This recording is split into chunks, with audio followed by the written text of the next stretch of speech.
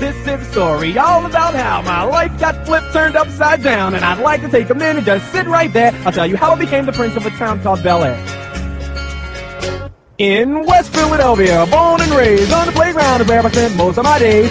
Chilling out, maxing, relaxing, all cool and all shooting some b-ball outside of the school when a couple of guys who were up to no good started making trouble in my neighborhood. I got in one little fight and my mom got scared and said, "You're moving with your auntie and uncle in Bel Air." I begged and pleaded with her day after day, but she packed my suitcase to send me on my way. She gave me a kiss and then she gave me my ticket. I put my Walkman on the bed, I might as well kick it. First class, yo, this is bad. Drinking orange juice out of a champagne glass. Is this what the people of Bel Air living like? This might be alright.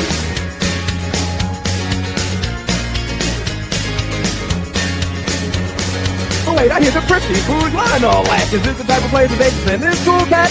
I don't think so. I'll see when I get there. I hope it's prepared for the Prince of Bel Air. I whistled for a cab, and when it came near, the license plate was fresh and it had dice in the mirror. If anything, I could say that this cab was rare, but I thought, man, forget it. Yo, home to Bel Air. I pulled up to the house about 7 or 8, and I yelled to the cabby, "Yo, home, smell you later." Looked at my kingdom, I was finally there to sit on my throne as the Prince of Bel Air. Looked at my kingdom, I was finally there to sit on my throne as the Prince of Bel Air. Adios. Cheers. Bye. Sleep well, every pony. All right, and you can find the meetup groups over at Bronies in Northern California, North Texas Bronies. Conventions we have is definitely Everfree Northwest coming up. You can find us on Twitter at Bronyville and at Chef Sandy. Leave us an iTunes review. That is super cool. And hey, we talk about you during the show if you leave us a written review. You can always send us an email across at bronyville@gmail.com. Go over to bronyshow.com. And hey, you two want to go ahead and talk about where you can find where we can find your information for the vinyl scratch tapes? Yes, unless you want to just go straight through the YouTube link, which we talked about earlier. You can go to our Facebook page and like us at Midnight Magic Productions, which will let you know when there's new episodes coming out or whenever we're going to open up auditions again. And then there's also my personal local Facebook group, which is Central Florida Bronies. That's how you can get in contact with me. Hannah's in it too, even though she lives in Texas. Yay. Yeah. Yes, Hannah. So that's about it for that. Hannah and that North Texas Bronies group, that silly group. Oh, that sandy-ish group. All the fun stuff there. Uh-huh. So yeah, that's, we'll put down the contact information, so do all that. All right, and that sounds... show notes. Yep, so you should go check the show notes for all the information that we're going to give out right now. Okay, Vicki, that sounds pretty cool. Yeah, that was a great, cool thing. Yeah, my one cool thing is Ask Dirty Diamond Tiara. It's a Tumblr blog that my friends and I at Midnight Magic Productions started. I thought, I can do the voice of Diamond Tiara, and I hate her. So let's put her in some interesting situations where she has to deal with her annoyingness, and she still thinks she's better than everyone else. But you at least get some bit of schadenfreude in watching her suffer. Oh, ow. And it's sorta-ish, safe-ish, work-related stuff, so it kinda-ish? It implies some things. Mostly euphemistic. Yeah. But euphemistic humor is far more entertaining than straight-out, crude humor. Yes, so maybe not exactly the most safe for work, but, you can enjoy your schadenfreude. Yes. All right, that's cool and very cool. That's a nice little project we got going up with the Dr. Horrible. Good to hear from that, Hannah. Yeah, the Ask Dr. Adorable Tumblr is one of my very favorites, and actually I've met the artist. He's part of our North Texas Brony group, and he's really cool. And he has come to me asking to help him find people who can sing and imitate some of the ponies that are in that little universe. So he's starting up the voice project. He wants to actually record the songs from Dr. Horrible as the ponies. So we need people who can imitate Fluttershy voice and singing, as well as as well as some other ponies. He's needing a Bad Horse chorus right now. So yeah, go check that out. It's really, really cool and absolutely friggin' adorable. So yeah. Yeah. Supposedly the post is not up yet, but right. He hasn't put out a formal audition post yet, but consider this kind of your inside scoop and start sending in auditions. Okay, that's very cool. Nice to hear that. And yeah, I love Living Tombstone stuff, so that's always good. Such good stuff. Yeah, this week is my one cool thing is the Smile remix that Living Tombstone did. It's definitely worth your time to listen. All right, yeah, I as I said, love his stuff. It's super cool, super awesome, and yeah, I had to give it a second listen to just a little earlier, and it is a fine mix. Yeah, and those guys that know your meme, they did a pretty fair statement on that. What do you think? I thought that was, that's why, the part here where I have it, giving the little second bit where, know your meme just decided to drop in some information and derp it up. And the particular link here includes some information that mentions Derpy Hooves with the original, the original voice. Ooh. And just kind of goes and explains the history of derp, and there's some significant fun to that. And leading, so and I also would we've got the BTVA Awards, which is super cool. And, what that is pretty much voice acting awards that, we do have several of the voice actor and actresses from, My Little Pony part of. If you go inside of there, you can vote for the voice actresses for, I know that we've got Tara's in there, though she's in it for her voice is Timmy Turner. Andrea Libman, who's Pinkie Pie, is up for a vote. Sweetie Belle, Apple Bloom's VAs are all in there, so you should totally go check that out and give a vote on it. You bronies like to vote on a bunch of stuff. Hey, even Delancey's up for best guest role as Discord. So that's a nice little thing that you should probably go check out and take a little vote into. I mean, you guys do enjoy rigging votes in our favor. Not like that hasn't happened before. All right. And very cool. Thank all you guys for sending across those iTunes reviews. Thanks to Nethelin, Game Buddy, Screams Z, Shadador, and Octopops.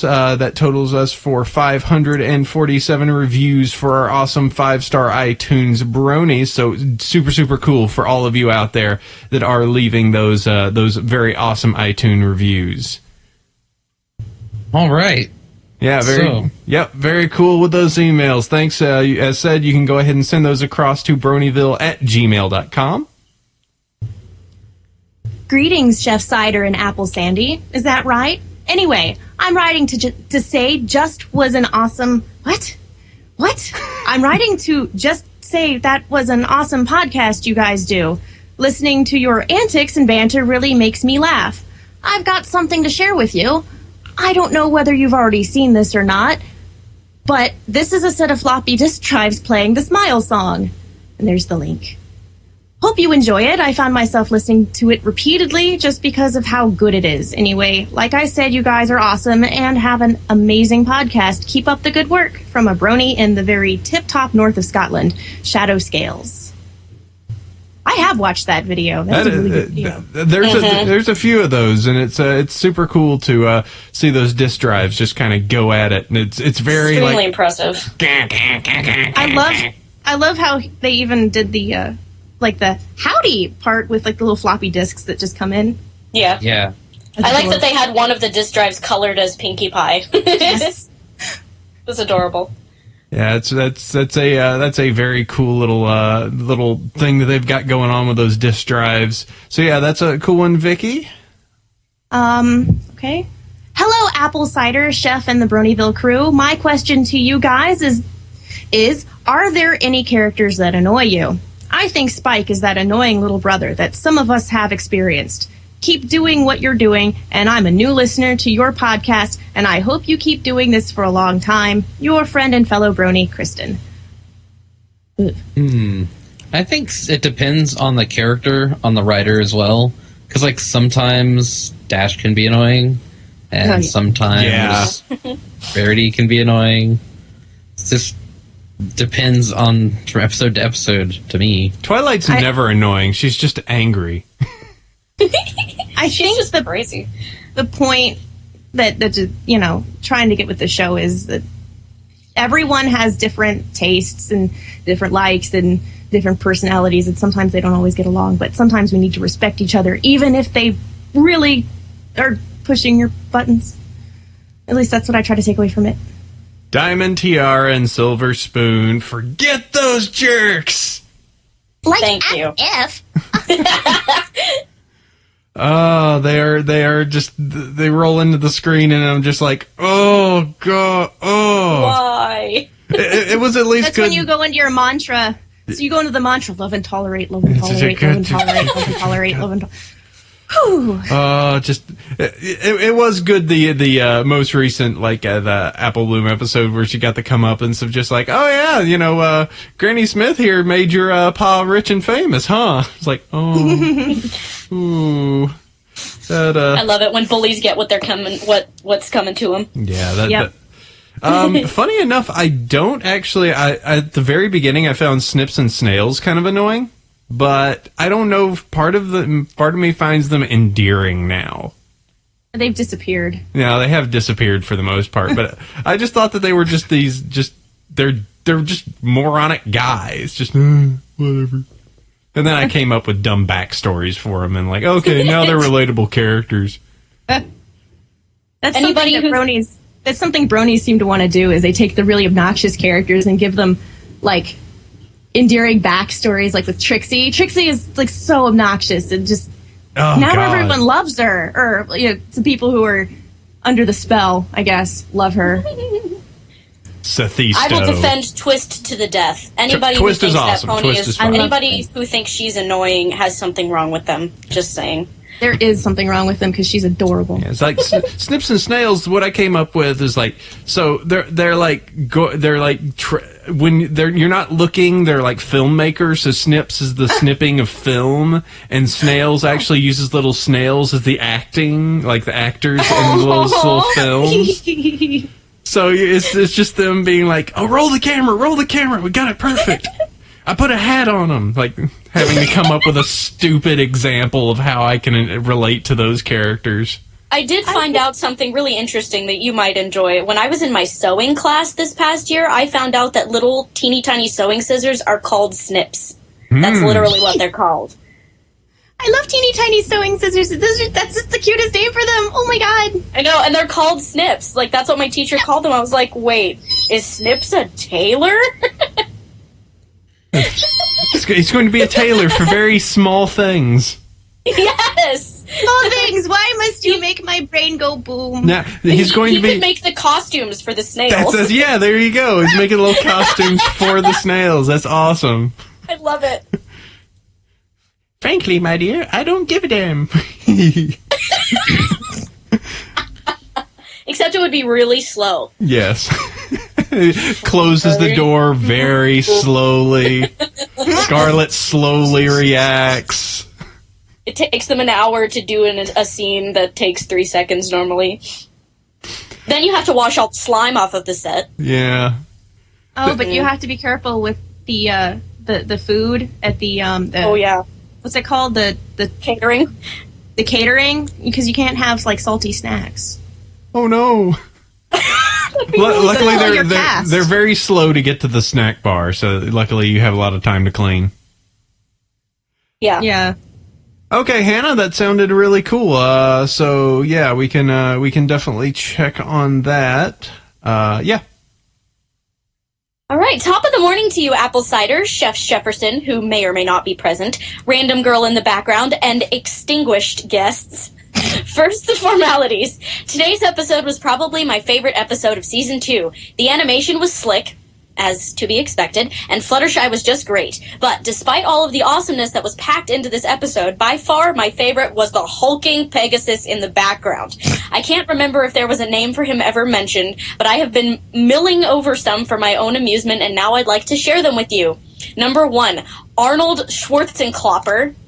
Number 2, Baron von Badflank. And number 3, Tiny. Comment however you like. Next, onto that fun I talked about. In order to sprout a little creativity, I have decided to run a content contest over the next few weeks here. This is the idea. Between March 23rd and April 7th is how long the submissions take place. You can send in anything from art to music to fanfics to whatever. The only limitation is that it must be new and original content. No taking a video off of YouTube and claiming it as your own. The same goes for everything else. But other than that, you have all of the creative liberties you want. Prizes! And it has 3 exclamation points. Ooh. First place, a $50 prepaid Visa to do with as you please. Ooh. Oh. Second place, any games off of Steam up to $30. Third place, any games off of Steam up to $20. Everyone else, you get a cookie and a really big smiley face. Submissions are at broniesforever@aol.com, as written.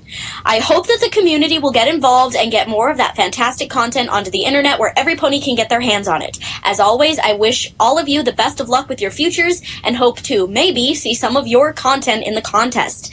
And at that, I bid thee a modest farewell. Your faithful listener, Octopops, the supreme overlord of the Lollipop Guild. I love your name, Octopops. Just gotta say that. Chunk Yes. Royd Flank. And the PPSs and S's. Oh, yes. P.S. Rarity is best pony with Twilight right behind. And no, that is not a spelling error for any pony else. Spelling error. P.S.S. P.S.S. For any questions or concerns about the contest or anything else you might need, you can hit me up at octopops@aol.com, as written. So, 2 things here. There is... So, Sandy, you were thinking that there actually is a name. I thought that he was referred to as... Let me find out where it said it. He was given a name by... Like, Smashing Fast, I think was his name.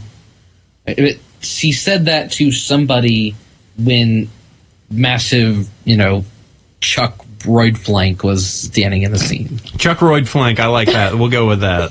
Big McLarge huge. I do, however, think the name Baron von Badflank is hilarious. I like Tiny just for the opposite I still day. like my suggestion, which was Roid Rage.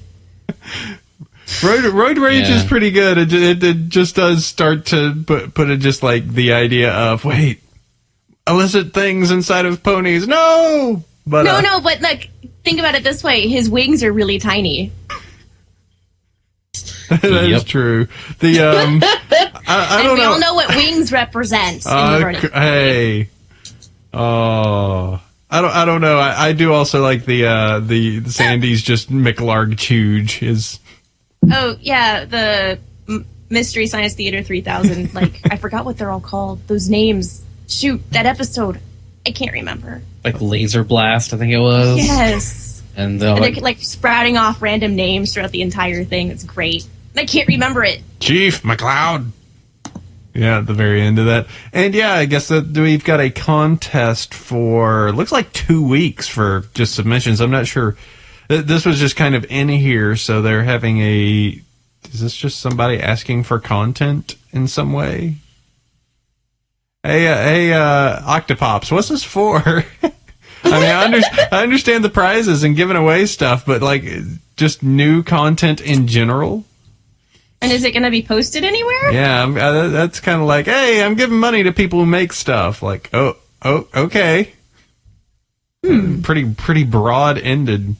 Hey, I make episodes every week. Do I qualify if I send you an MP3? There you go. That's what I made this week. All right. Well, I mean, that's cool. However. All right, so next one. I suppose I can read an email. Good day to you, gentlemen of the Bronyville podcast. I'm going to go ahead and guess there'll be a guest too and give a warm welcome to him, her, them as well. As the subject of this email implied, I'm not a Brony. My friend is, however, and I'm currently using his email address to write to you mainly because I wish to remain anonymous. My friend here has been an avid listener of your show ever since it first started up and was posted on Equestria Daily. He is currently sitting next to me as I write this, and he wants me to note that you guys are doing a fantastic job. I'll get right on to the main topic. I'm not a brony, but I do not hold any particular grudge against bronies in general. Sure, the R34 and other not-so-savory art that I've stumbled across in my journeys through the net has not been pleasant to see, but at the end of the day, I've seen the surfaces of enough fandoms to know that this is just the norm for us humans in today's world. I don't judge them. I don't hate bronies. You get the point. I have, however, seen the hatred from other non-bronies across the internet directed towards the fandom, and I have to admit, it seems pretty rough at times. I don't want to lecture neither the bronies nor the haters, but I've been wondering if these things ever get to you. My friend here says he doesn't care for the most part, although he has been left with a sinking feeling in his stomach after a hate display on a rare occasion. But as I said, he generally doesn't care. You two fellows, on the other hand, as far as I've understood, you're definitely a bit more out there than your regular brony, acting more as a face of the brony community than your average brony could claim to do. I'm sure this must have sparked negative reactions somewhere, somehow, if not with friends and family, then in communities you are or have been involved with. I'm not trying to put you on a pedestal or imply that you do not have thick skin. My friend explained to me how long you've been doing this, and after agreeing to listen to your latest episode, I can hear you're definitely experienced. I'm just genuinely wondering if the black pit of online pony hatred ever caused just a minor reaction with you. I hope my question is understood. I tried to formulate it in a somewhat comprehensible way. English is not my native tongue. Alright, my friend told me that I should sign my email off with my favorite pony, but seeing as I've yet to watch the show, I don't have an educated opinion on that matter. The purple one does look kinda cute, though. Twilight Sparkle, with my months of seeing random image macros in her name, have taught me anything. Woohoo! I particularly enjoyed her Metal Gear Solid get-up. I saw an image of that a few days ago, and I'll admit to chuckling a little bit. And my brony buddy here wishes to tell me that Miss Vinyl Scratch is his favorite. I'm guessing you know what that. Have a good day. So, brony hate. No.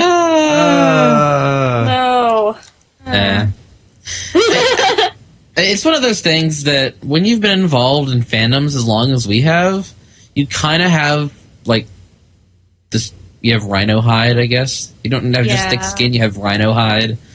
Because it's like, yeah, whatever. Oh, you don't like it? You're going to say nasty things? I've got better things to do with my time. Half the time, the things that they say that are mean are just meant to, like, they're just trolling you. They're just trying to get a reaction out of you. And if you react, you're giving them what they want. So it took me a while. I still like her, but I was a really big Lady Gaga fan for about a year and a half. And they're some of the most easily trollable fans out there, almost as bad as bronies. And you say anything negative about her and everyone freaks out. And after a while, I realized this is ridiculous. They're just doing it because why have these people always picked on us? Because we react. Meat dress, Well, I mean, like in middle school and in elementary school, I'd freak out at the smallest things. People would, like, tease me, and I'd react, and I was giving them exactly what they wanted. And that's the thing. You have to realize that they're not doing it out of necessarily maliciousness or hatred or anger. They're doing it because they find you entertaining. Yeah. If you don't, you can either laugh at the joke and completely fire their hatred back at them, or you could just ignore it, which is what I tend to do.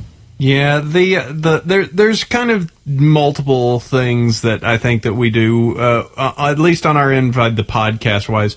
One, we do kind of put ourselves out there, and we try and put ourselves as much of a neutral, like, within the same guidelines of the show.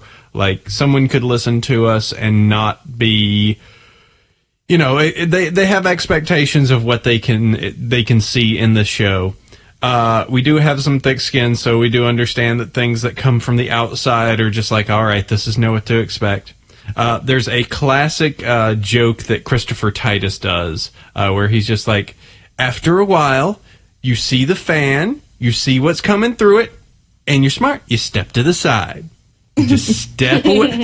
You see it coming, you step to the side of the fan. Everybody else... You know when something's coming, you're like, that's bad things. I'm going to move away. So yeah, there's a little bit of experience there as well. I think what actually drives me the most crazy is not the stuff that's coming from the outside, it's the stuff coming from the inside. Yes. Mm-hmm. Yes. I've actually experienced that just a little bit recently. I got incredibly irritated that I'm posting a link to some of our, vinyl scratch tape stuff, and somebody's just like, decides to crap all over it and say, like, I don't like how Hanna does the voice. Only he didn't say Hanna. It's like, I don't like the voice of Vinyl Scratch, so I'm not going to listen to it. I'm like, oh, you could at least just be a little polite about it. Jeez, we pour our hearts and souls into these things, and you guys are just going to be rude about it. But it's so weird. You can have 100 nice comments, and there's just one like, and that's the one you just focus on. Exactly. It's like a laser beam. Just it's God. So it's more the inward stuff because the Brony fandom has been like so nice. It's been like a pocket of niceness on the internet, which is so weird. And then it's the points where it breaks down, where it's just like, I don't want to see that wrinkle and flaw. I want it to stay happy and nice and So yeah, that's the outside stuff doesn't bother me for the most part. I mean, it's what ends up happening that probably gets the most reaction out of me. As for the fact that you think, at least neutrally to well with the bronies, hey, cool. Maybe I won't go the conversion route of, you must watch every episode, because it seems like you know enough or you know as much as you'd like to.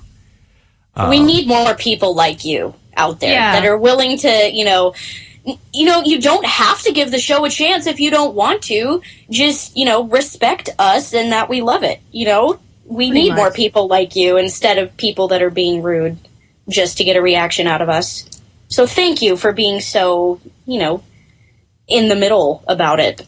You're awesome. Let me give you what we in the Brony community call a brohoof. Brohoof, yes. Dude. Brohoof. You deserve it. Congratulations for your neutrality.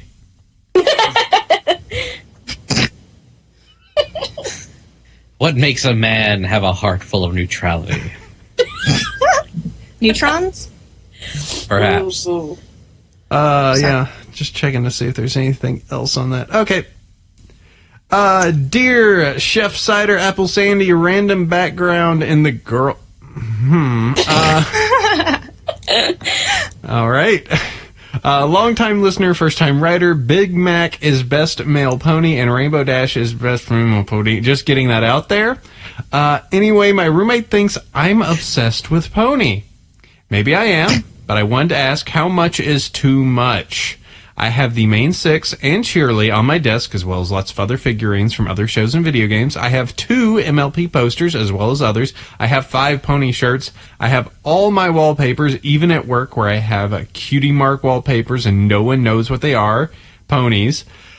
I'm part of a Brony group on Facebook. I don't think I'm too obsessed. I mean, I only watch Pony on Saturdays. I love actually getting the hub. So how obsessed is too much? You guys are awesome. Keep up the good work. Rock it. Okay. I actually had one of my friends pull me aside and into this other room and tell me to tone down the ponies because he was afraid that people around me were getting to hate me for it and getting tired of me. So I just want to say that if you think it's too much, then it's too much. But if it's not too much for you and if it keeps you happy and, if you think you're annoying people, maybe tone it down. But if you don't feel like it's too much for you, then keep on going, man. That's what I say about it. The way I think about it is it depends on who you're with and what you're doing. That too, yeah. Yeah, I have friends who are... context for everything. I have friends who are bronies and I have friends who are not bronies. And most of my family isn't really into ponies either. So I've actually learned to not talk about it when I'm around them. It's not that they hate ponies or anything like that. And in fact, most of them are actually pretty neutral about it. But they're, I feel like at times when I first got into the fandom about a year ago, I talked about it a lot.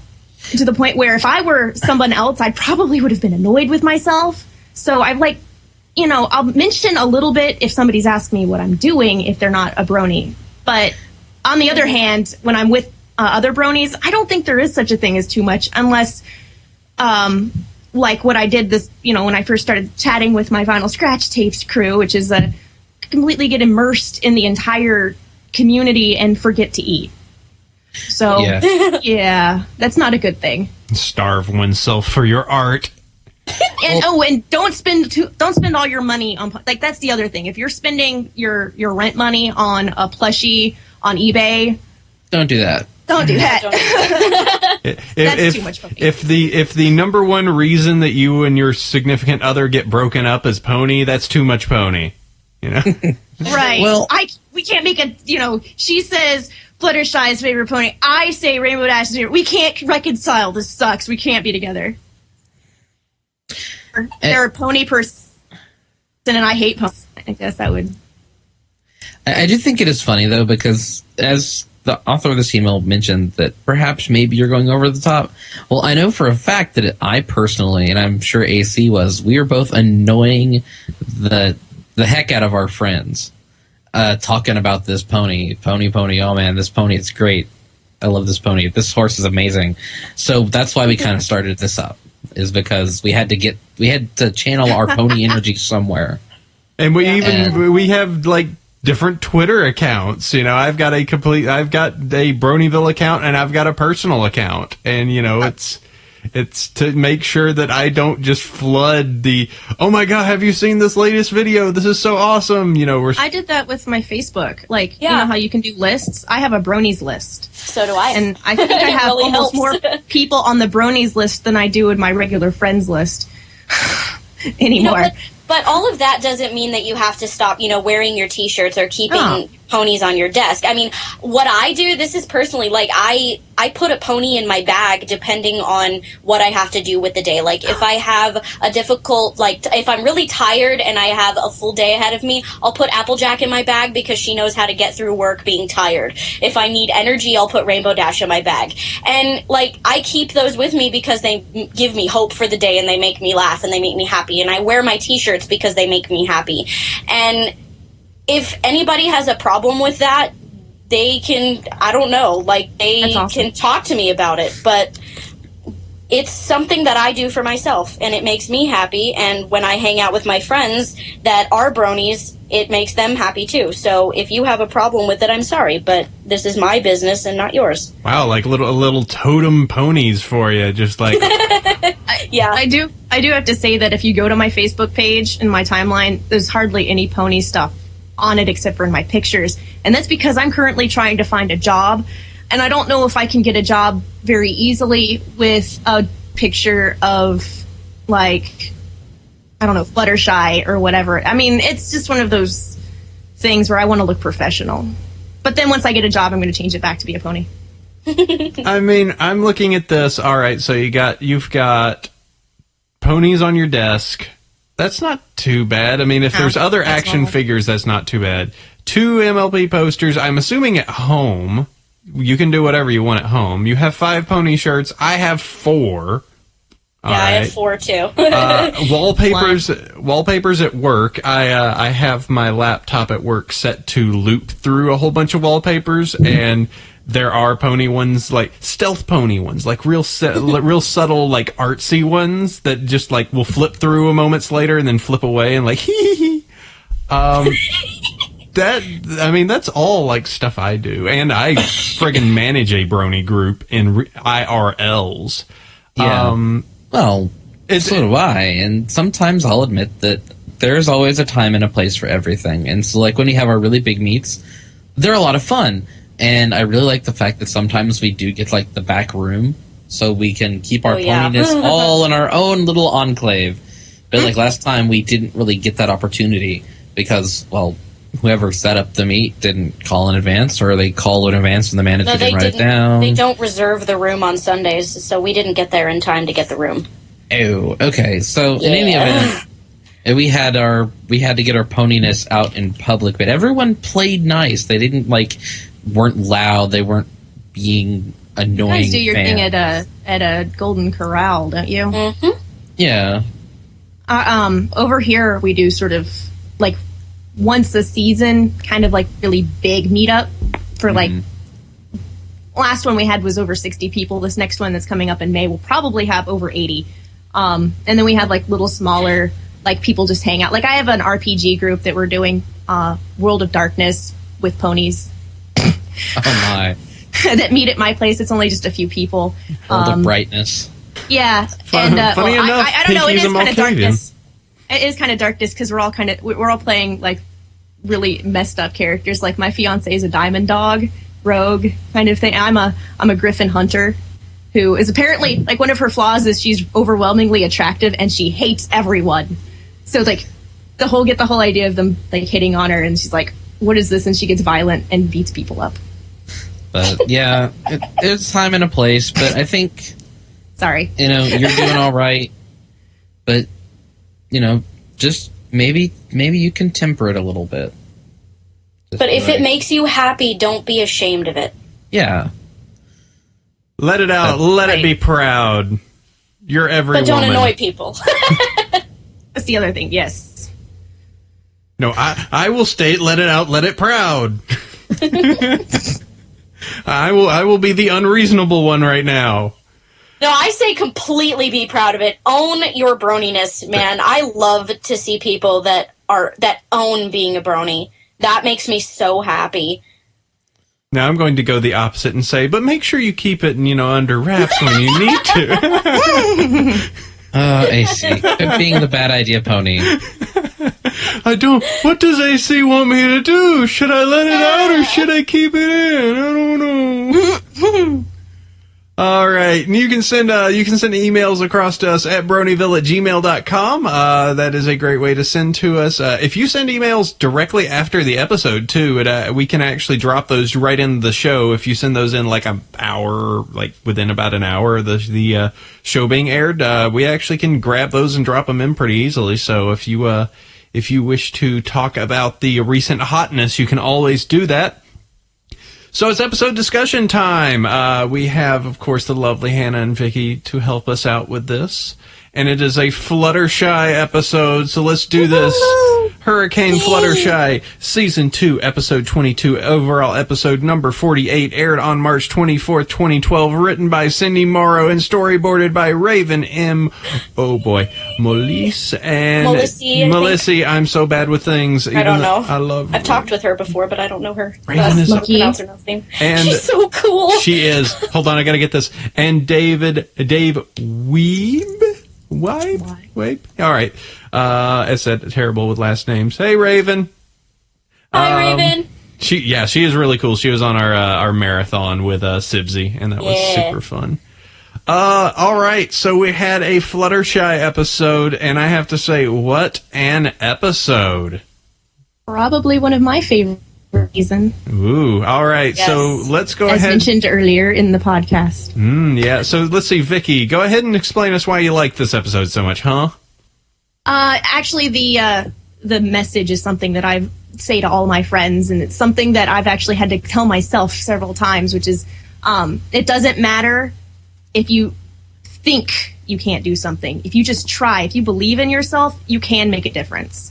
When I was trying to figure out a way to get into the whole community, like the fan community, like for producing things, like actually producing content, not just a consumer, I couldn't figure out what I wanted to do. But then I kept running across like voice actresses needed for blah blah blah voice act, and I'd go, I can kind of do. I mean, I guess I can. I don't know. Kind of like Fluttershy. I knew I could always do her yay, but that was about it. I didn't realize that I could do anything else. But then when the auditions opened up for vinyl scratch tapes, I was like, I mean, these ponies at least don't have a voice already, so I mean, I can just sort of try. I guess my friends were like, no, do it. You're good. Do it. And I was like, I guess so. And so I just, all right, I'll just do it. And I put it in there, and I really don't like the nervousness that you get when you're waiting. It sucks. But, I didn't realize it at the time, but apparently, Emerald Page and Jam Jar, who were, heading the project in the very, very beginning, just themselves, they said, like, we love you. This is awesome. You're great. You're definitely our Octavius. Like, oh. And so that's kind of like, I felt like I knew what Fluttershy was going through in the episode, because she's like, I can't do it. I don't know how to do. And then, she said, oh, well, I guess if every little bit counts, I'm going to try. And it's like, she made a difference. it doesn't matter if it's a tiny little bit, and every little bit counts. Oh yeah, and the scene with the little woodland critters, I was like, oh, she's like a little Disney princess, so Fluttershy is best Disney princess. Pretty much. That's a pretty way to go. I'll go through the whole list here because, as I said, this is a pretty crazy, fun episode. Hannah, your thoughts?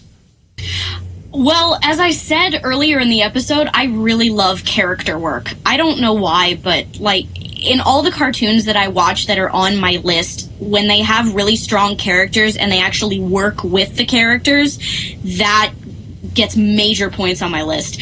And sure, it was an amazing Fluttershy episode, and the message really rang true with me, like struggling with school, but I loved watching Rainbow Dash work in this episode.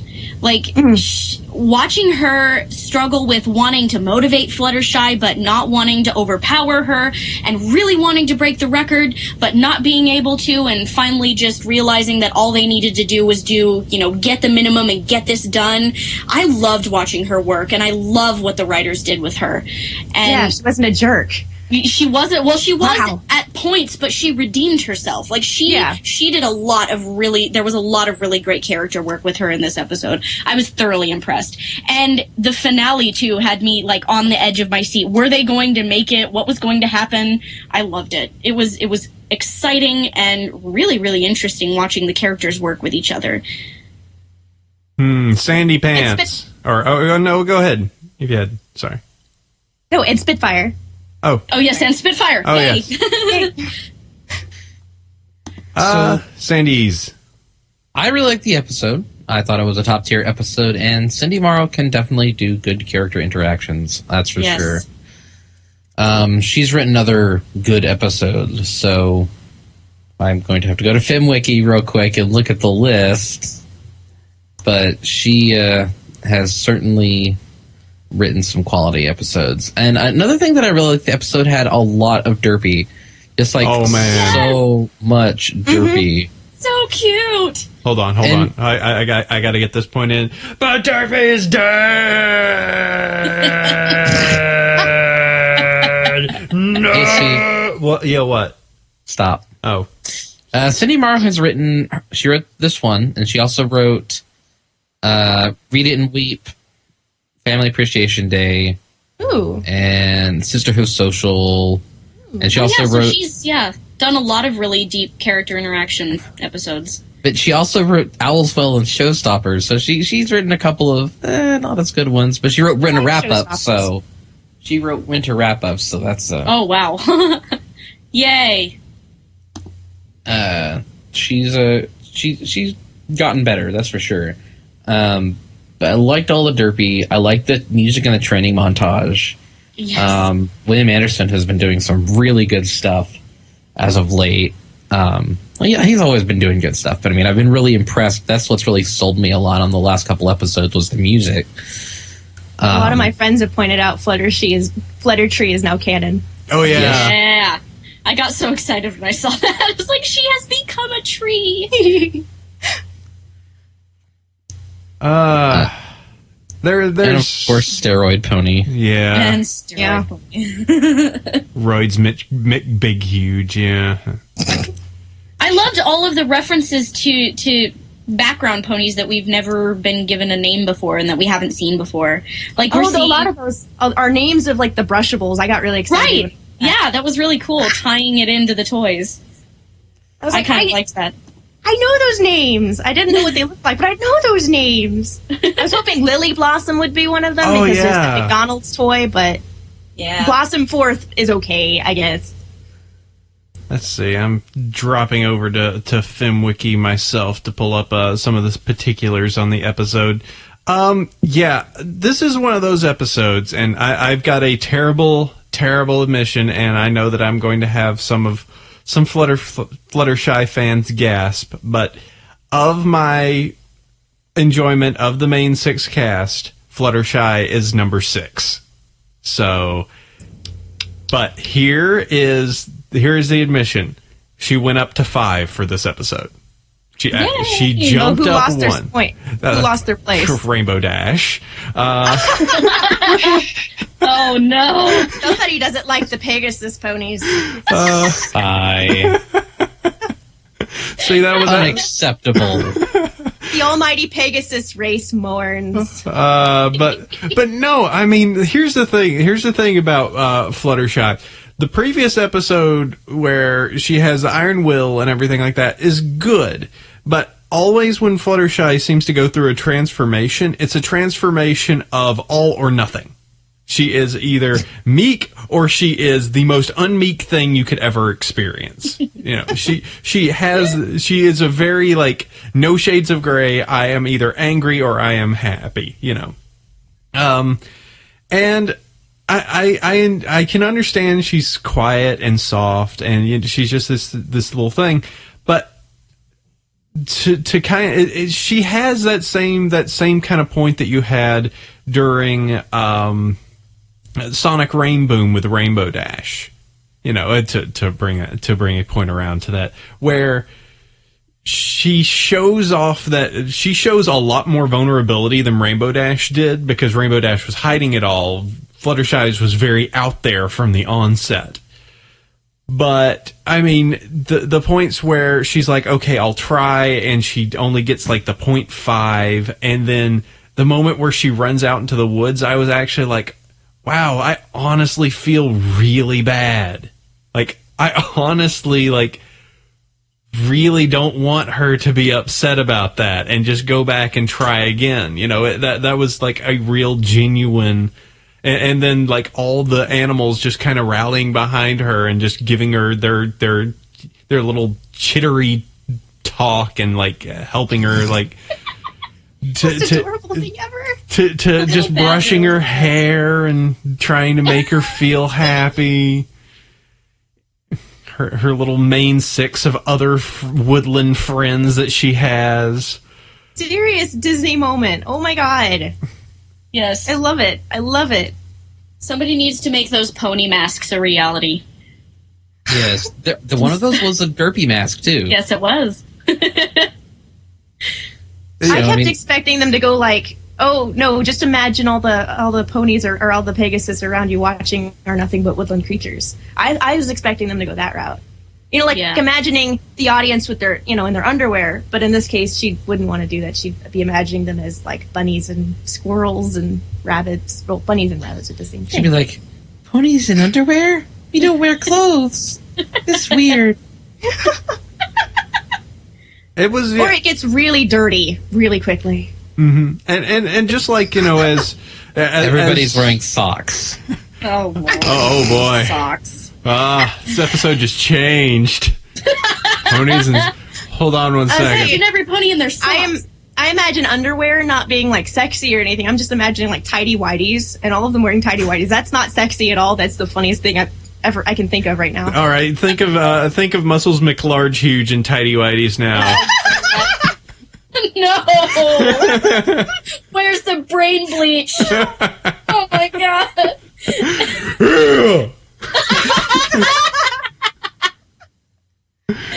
Oh god! This question took a turn for the worse. I know. There you go. Don't set me down this road. I'll take you down that road path that you don't want to go. But as like a thing, I want that to be now like a drawing meme, like people just drawing random ponies and tighty whities. What is known as like not sexy, you know, like just the whole thing of drawing them in like really frilly like lingerie, and it's so scandalous, you want saucy, but then really awkward tighty whities. Yes. Just like in it, going to the fridge like for a 1 a.m. just glass of milk, just like matching socks, like with a hole in one of the. Yes. Like already like half of a bed main going on. Just Ponies in the middle of the night. What are you doing? Making pudding. Pudding at 3 a.m. because I've lost control of my life. But yeah, I mean, this episode, it was to rope this all back around to the tornado day.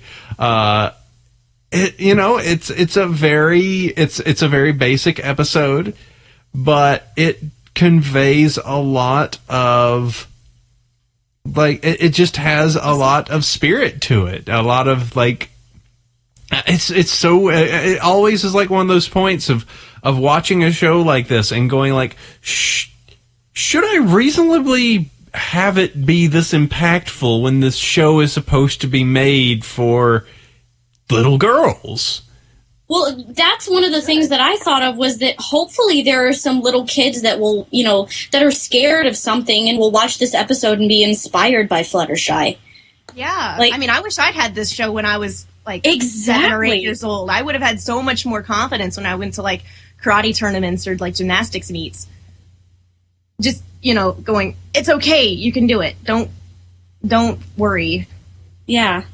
And, I'm almost more happy that during the episode as well, that they didn't do she just imagines them as little woodland animals. It would have been the easy way to do it. But yeah, it was interesting that it went, she doesn't want to do it. She tries and hides and gets out of it. She can't get out of it. She tries anyway. She completely kind of bungles it. Goes away to the woods, trains, gets better, goes back, does better, but not, anywhere what you would consider to be, what everyone else is doing. And then she's just like, I can't do this. I'm sorry. I've tried my best. It's so piddly and small that it doesn't matter. And then at the end, it's like, hey, actually, we need every single, pony that we can get to just make this work. And she overpowers through her own fears. She does it herself. Mm-hmm. To get onto an uncomfortable topic, that made me also think of voting. Like, it doesn't matter if you don't think your vote counts. Every vote counts. So I'll go back off that topic of politics. All right, so we should probably move on at this point. Yay, I'm a topic killer! Woohoo! On local elections, yes. Actually, no, I'm not even going to say anything. I said I'm done with politics. I'm not even going to talk about Florida in 2000. Okay. Yeah. You mentioned it. Button, Stop it. hit the button. Chef, where's the button? This show is over. Oh, God. And now for 45 minutes of politics. Oh, boy. No. I'm sorry. That's I'm not what sorry. this show's about. Bad Vicki. So we're going to talk about the Punish final me. scratch tapes now. Isn't that right? Yeah, we're going to talk about that. So we've got Hanna here. Hello, Hanna. Hello. And we've got Vicki. Hi. And you two do the vinyl scratch tapes. We do? Yeah. I've been told it's on the. Oh, wait, that's right. It's on the dock. Oh God. Oh no. I thought we were the vinyls. I thought I was Octavia. I thought I was vinyl. And see, this is so Something's meta. weird here. Having vinyl and scratch on who do a radio show. Vinyl and scratch. Oh God, you've got two personalities. I knew it. So having I scratch. can't deal with one of you. Two of you. Oh no. Oh Lord. Dear Celestia. So having Scratch and Octavia on a radio show as they do a radio show, and ours is an internet, so it's two radio shows of which one is a radio show program in a story, while ours is an actual. Wow, how Inception is this? Oh. But yeah, we got you. You got you two on, and you can. I don't know if you want to do it in character or not. I don't care. But just to kind of talk about so you guys do the audio play of the vinyl scratch tape. So where can every pony find those? By the way, It's on YouTube, and it's also on SoundCloud. If you type in the vinyl scratch tapes on YouTube, there are currently 4 episodes up, 3 regular episodes, and 1 holiday special that we did for Christmas. That was really fun. But yeah, you can find them on YouTube and on SoundCloud. And we also have a Facebook page that we'll talk about later. all right, cool. Okay, so as stated, it's based off of the Vinyl Scratch Tapes fan fiction that Yes. that was written. And so, how did you two get into it? Like how did that come around that you both decided that hey, there's this fiction. Just explain to me that process of how you got into the weird state process you are at this moment. You want to go first? Sure. I don't actually remember exactly how I got into it. I think one of my friends must have posted the auditions on my Facebook or something along those lines. But somehow I found this board that was asking for auditions for the vinyl scratch tapes. And I had read the vinyl scratch tapes before, and I really loved the fan fiction. And I have always loved voice acting. I'm originally a stage actress. I've been acting since I was about 8 years old. And I love cartoons, and I've always wanted to do voice acting, but I haven't done anything like professionally except for like radio shows and stuff, like commercials. So I decided to audition, and I said, well, I'm just going to go all for it, and I auditioned both for Vinyl Scratch and Octavia.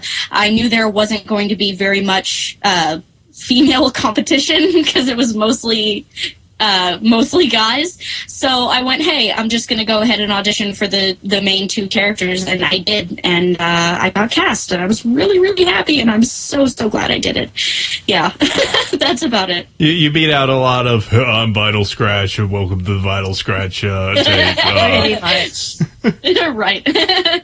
So, hey guys, how's it going? I'm Vinyl Scratch. I love it. All right, Vicki, what about you? I was trying to figure out what I wanted to do, I was tired of being a consumer of fan content. I wanted to be a creator of fan content. But I don't have the drawing skills, and I don't have any way to make music, so I was just like, maybe I can do something with voice work. Maybe, I guess. I don't know. So I was just sort of thinking about this, like mulling over it. But then I saw the ad for it in one of the nightly roundups on EQD. And I was just like, well, why not? You know? What can it hurt? I'm not trying to imitate anyone's character, so I'm going to be doing my own character. So I auditioned for for about 2/3 of the female roles that I thought I could basically do. Vinyl Scratch, Octavia, Spitfire, Beauty Brass, like all of those characters. And, and Scootaloo. She has one line. And so I figured, if I get it, I get it. If I don't, I don't. At least I tried. And I really wanted Vinyl Scratch, though. I really wanted her. And then when I find out that I got Octavia, I was like, oh okay. But then I heard Hanna do it. Like we met like right after they were announced. I'm like, hi, what's up? And so you're Vinyl Scratch. Oh, okay. And then we started talking to each other like over Skype, like chatting. And I'm like, wow, okay, I can see why they picked you. Because you're awesome. You know what's really funny is that I really wanted Octavia. Yeah. It would have been such a different show. It really would have been. It's really weird. I'm glad I didn't get Vinyl, though, because it would have killed my voice. I didn't. Yeah, I'm really glad I didn't get Octavia. I wouldn't be able to do the emotion as well as you do with her. Did you say you sound like your friend said you sounded like Gladys or something? Yes. I sent. I was getting like help with my auditions before I sent it in, and one of my friends listened to my Octavia audition. He was like, "Hannah, you sound like Gladys. I'm really scared." I was like, "I'm sorry." My Vinyl Scratch was based on Derek Zoolander. So that would have been a very strange show. It would have been a lot different. All right. This is obviously warranting some extra research since I've got you recording and on the show. Could you please audition for your partner's role once more? Oh, I need some lines. Oh, God. I'm going to do that. Hang on. Pull up some lines here. You have to first... I've got chapter 4 already up from me doing my lines last night. Okay. So, all right. There's so chapter good. 4. Hannah, I would like you to play the role of Octavia. Okay. If you could. Should we just do the beginning? I think that's the best thing. Okay. All right. Then see if I can get the voice again. I forgot what I sounded like. And my Vicki, Gladys voice going. And Vicki, you shall be Vinyl Scratch. So if We shall start this oatmeal train rolling. Okay. We can just go. Right. We can just do. What do you say? One page, and then don't worry about redos or anything. Let's just. All right.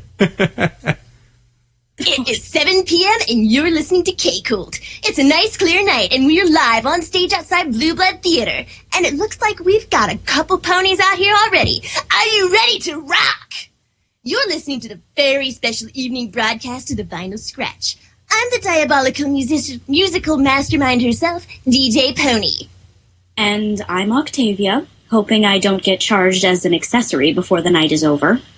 And we'd like to welcome you to Octavia Stock! I'm still not sold on that name. Come on, it's memorable. Why did you name it after me? 'Cause you're the star, of course. No, it's more the whole ensemble. The what? The band. Oh. It's more the whole band ponies are here to see. I'm just the cellist. And sing. Hey, every pony. Oh, you just gotta do one. We don't gotta do the whole thing. Okay. I get into character and I'm like, I want to keep going. You can only go so far. I know, and then this show would probably be an extra hour and a half. Yes, but that was a fun little experiment. We tried for both parts, and we were made for the ones we did. Role reversal, do it. That's very cool, just to hear the differences on that. Yeah. So now that you did that, how do you feel? If I had to do that for every episode, I'd be mute. Afterwards. I like Octavia. I mean, she doesn't get as much lines in the next season, but as far as a character goes, I actually am happy I have her because she has a huge amount of character development in first season. And I love playing Vinyl. I absolutely adore her. Like, I can't. Hanna is best Vinyl. I love her energy.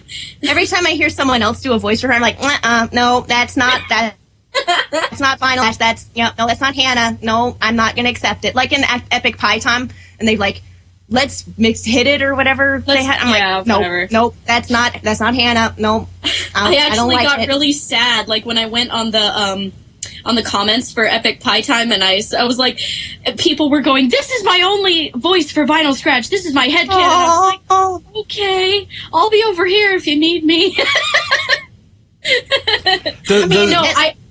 I totally respect Vicki, you doing Octavia. She has so much emotion and so much development she goes through. I wouldn't. I can see why you'd want to play her because she's definitely a really, really cool character. Corey wrote her really, really well. Then there's the fact that, unfortunately for you, most people are like, well, I guess you work for Vinyl Scratch. I don't think there's anyone else who's done an Octavia voice really in any sort of fan stuff except for one little thing where someone was reading the Ask Octavia Tumblr and was trying to animate it like as some sort of YouTube video. That's the only other thing I've ever seen with Octavia. So I'm the only one who's ever really done a voice for her.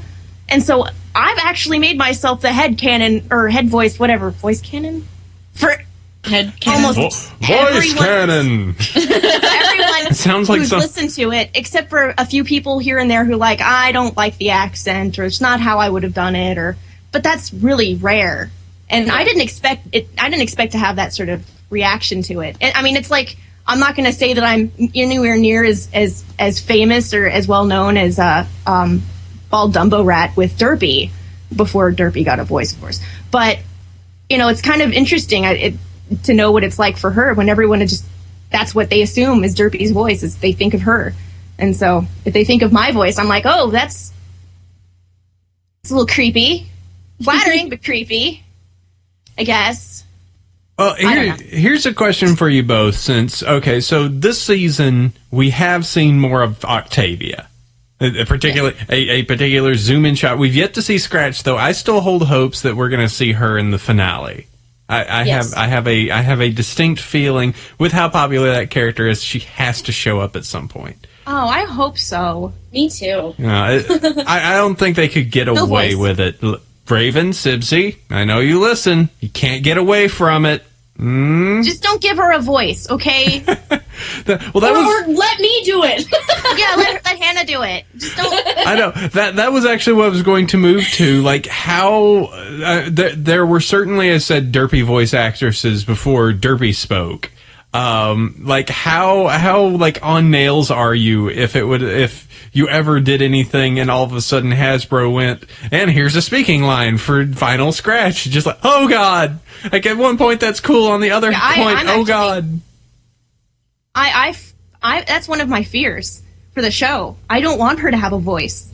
I want her to be voiceless, cool DJ pony in the background. I don't want her to be.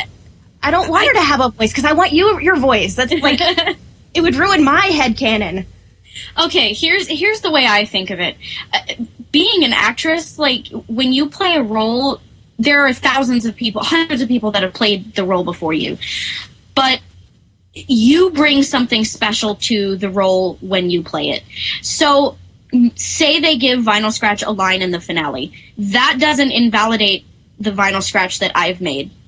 So, yeah. I won't change anything about my vinyl. Like, I won't make her sound like Hasbro's vinyl because she's my vinyl. That's the way I think vinyl sounds. And she's my... Well, she's technically Octavia's vinyl, yes, but yes. We won't go into that part. But yeah, she's my vinyl. The voice that I created for her is how I think she sounds. And, I think it'd be cool if they gave her a voice, because that'd be acknowledging her. But they should let me get do a toy. It. Yes, I want that toy. I want that toy so bad. It's unbelievable how much I want it. But yeah, no, I think it'd be cool if they gave her a voice, because, that's acknowledgement, and that's saying that, this is something that the fans have created. She's awesome. They should let me do the voice, cough, cough. But anyway, I'm not nervous about it. Okay. I'll give you that. Let them do the voice. But if they call her DJ Pone 3, I'm gonna. Oh no! That's something. No, that's not right. I don't care if they say it in the Equestria Girls video. They say it that way so that fans know that we're referencing that spelling, not that it's pronounced Pone 3. See, you don't say Dead Mouse 5. You say Dead Mouse. See, I always took the idea that the DJ Pone 3 or Pone E is, the stage name, and Vinyl Scratch is like the off stage. Oh yeah, no, I'm talking about the difference between the pronunciation of Pone 3 versus Pony. Mm-hmm. Yeah, a lot of people got onto us in the comments of the Vinyl Scratch tapes because we say DJ Pony instead of DJ Pone 3. Like they said it, but I think what Vicky's saying is that Hasbro said it in that, or whoever made that said it DJ Pone 3 to differentiate between just saying DJ Pony and saying DJ Pone 3, referencing the spelling that the fandom gave her. It was a direct fandom shout out. Mm-hmm. But it's still supposed to be pronounced Pony. Right, it's supposed to be DJ Pony. So if they it's one of my yeah, if they call her DJ Pone 3 in an episode, that's what's gonna get me a little angry. All right, well, I'm just gonna go over here and not know how to do leet speak. God, it's 1337 speak. Come on. Now I'm going to cause you even more fan rage if Vinyl Scratch shows up and they go, "Oh, hey, Octavia," and just all of a sudden fan rage a billion. Hey, Octavia is actually an official name now. I'm excited. Although one early, I guess, vector file had her name as who is this? Or something like that. Yes. What? Like how Derpy would Derpy dot whatever the vector thing is. Octavia's is who is this? I did not know that. That's so funny. I changed my Skype name for a couple days as who is this? That's like having that would be like having a character named shrug.fla. It's just it's a shrugging flash file. And but she now has a name, at least according to the We Love Fine shirts. So I'm excited about that. Yes. Yeah. Much excitement with those. Is there anything else that you two wanted to chat on about, or shall we move on? The 4th episode that's coming out fairly soon is amazing. I cannot even begin to describe how excited I am over this 4th episode. It should be out sometime. Well, Jam Jar said it should be out. He wants it finished before May. Right. I think is what he said. And so we're going to hold him to it. It finished before May because we have that May 5th meetup and I want to be able to have that out there. No, but episode 4 is seriously hilarious and wonderful and emotional, and I can't wait to hear the finished product. It is going to be awesome. No spoilers for anyone who hasn't read it, so we won't spoil it. But it's going to be good. It's good. It's very good. Very, very awesome. Yes. Very good. Good. And funny. Awesome. Rawsome? Great awesome. I don't know. Rawsome? Rawsome copter? I don't know. Okay. All right. Well, that all sounds good. So let's see. So moving topic time. Vicki, that was a very cool book that you had there. Thank you. Okay, the fan fiction that I recommend. I don't know if anybody's had it recommended on here before. Because I'm not the best with keeping up with podcasts. Gasp. Gasp. Is a Best Night Ever. Oh crap! I don't know who it's written by. Yeah, just click the link. It's okay. Don't panic. Captain Chrysalid. Okay, yeah, him. And it's basically like it's inspired by or a parody of Groundhog Day. That wonderful classic comedy starring Bill Murray, where he has to relive the one day over and over again. He's like a real big jerk, and he relives the day over and over again. Only this is ponified, so it's actually Prince Blueblood has to relive the Grand Galloping Gala over and over again, and he has to figure out how to get out of this living heck he's put himself in.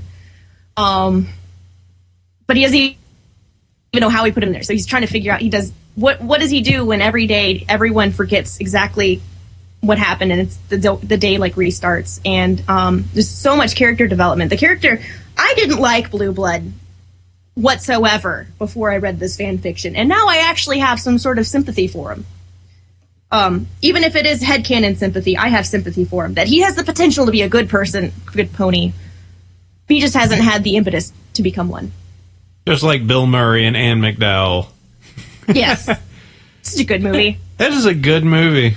Actually, checking here, budget $14 million, box office $70 million. It was a successful, good movie. And that's early '90s money. That's like $150 million now. Yeah, modern money. I wouldn't mind that for my culturally. That's a big hit. Yeah. Hedonism. Yeah, it works very well because Blue Blood is just a complete jerk, and Bill Murray played an enormous jerk at the beginning of that movie. And yeah, I do enjoy redemption stories. One of my favorite types is the Gilda stories, where you take that insufferable character and try and explain her a bit, and it's like, oh, all right, I can't feel too bad. There may have been reasons. All right, Hannah, that one sounds very cool based off of all the awesomeness that you two do. Yeah, the Vinyl Scratch fan fiction, actually, it came first, written by the wonderful Corey W. Williams.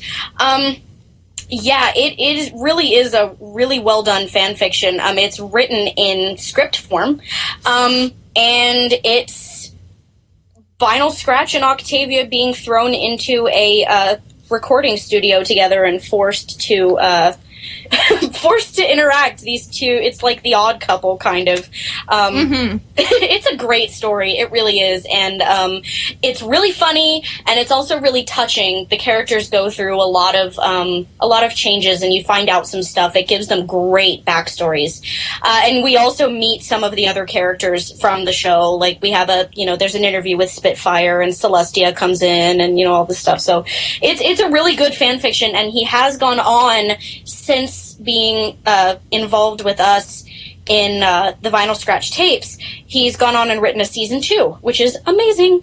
So yeah, go check it out because it's amazing, and then go listen to us act it out for you. For everyone who's read the fan fiction and has gotten up to season 3, episode 2, and is upset about what happened at the end of that, don't be. He's going somewhere with it, and all of this anger and criticism towards him has given him horrible writer's block. So go give him some really good encouragement and say, "You're a good author, Corey. We love your writing." Corey's amazing. He works really closely with us with TVST. He's actually he wrote the holiday episode special for us. And he's really awesome, and he's a really wonderful writer. Go give him nice comments and go give him support because he deserves it. He's a good writer.